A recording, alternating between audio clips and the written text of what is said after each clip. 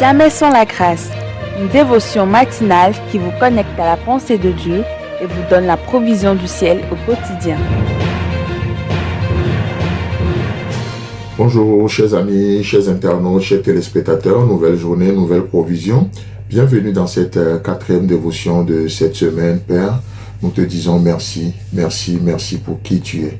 Ce grand Dieu que tu es, mais qui nous fait place, qui nous fait de la place. Tu ne nous étouffes pas, mais tu nous fais de la place pour que nous puissions aussi nous exprimer dans ta volonté.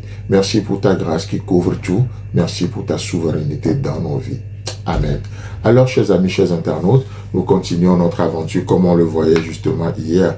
Je crois que c'était en conclusion où nous rappelons une fois que Dieu crée toujours des situations. D'ailleurs, je nous reprends le passage, Genèse chapitre 2, le verset 19. Et là, il nous a dit, l'Éternel Dieu forma de la terre tous les animaux des champs et tous les oiseaux du ciel, et il les fit venir vers l'homme pour voir comment il les appellerait, et afin que tout être vivant portât le nom que lui donnerait l'homme. Chers amis, chers internautes, est-ce que vous savez la part que vous jouez dans le plan de Dieu? Est-ce que vous savez en tant qu'être humain, est-ce que nous réalisons vraiment l'autorité, la place qui est la nôtre dans ce monde? Vous savez, à la Bible, le psalmiste s'est penché sur ce sujet et il dit, mais qu'est-ce que l'homme pour que tu lui donnes tant d'importance, pour que tu lui accordes tant de place? Et dit, tu l'as fait peu inférieur à Dieu. Mais laissez-moi vous dire, au lieu que cette expression peu inférieur attire votre attention, posons-nous plutôt la question, peu inférieur à quoi ou à qui? Mais pas peu inférieur aux animaux, pas peu inférieur aux anges, pas peu inférieur aux démons, mais à Dieu. C'est ce qui fait toute la différence. C'est ce qui fait toute la différence. Ça veut dire quoi? Ça veut dire que après Dieu, c'est nous. C'est notre humanité. Et pourquoi? Parce que nous avons ce privilège que par la mort et la résurrection de Jésus-Christ, l'humanité a été introduite dans la divinité. L'humanité a été introduite dans la Trinité.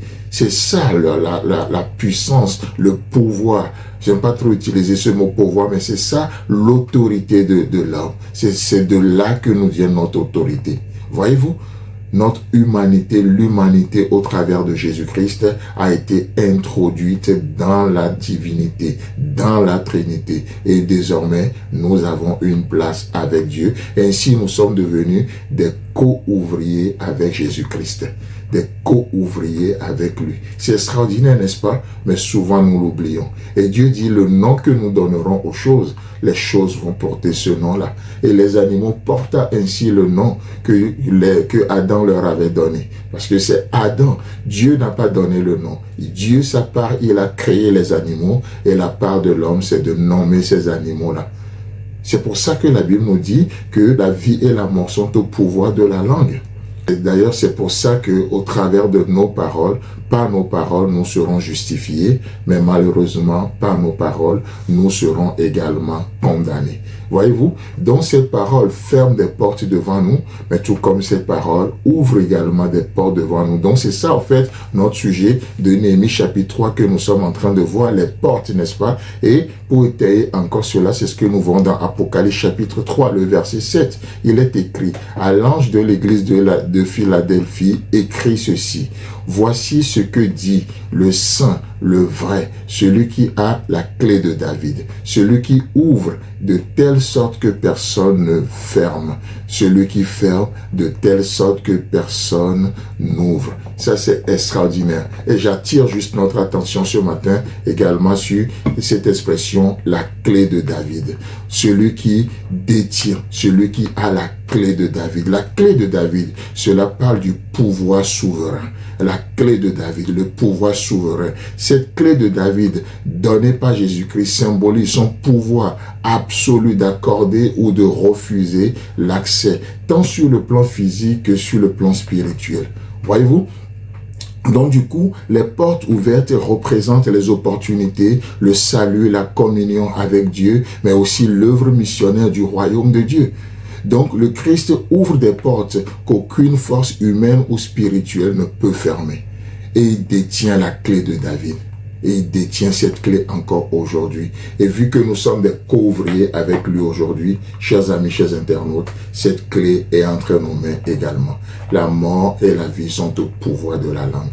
Alors, veillons sur notre langue aujourd'hui. Si vous avez aimé cette émission, parlez-en à vos amis. Parlez-leur du message de la grâce et de ce qu'il fait dans vos vies. Pour un sujet de prière, une question ou pour devenir partenaire, contactez-nous au 00229 94 75 80 20. Que Dieu vous bénisse et à la prochaine. En attendant, pensez avec Dieu.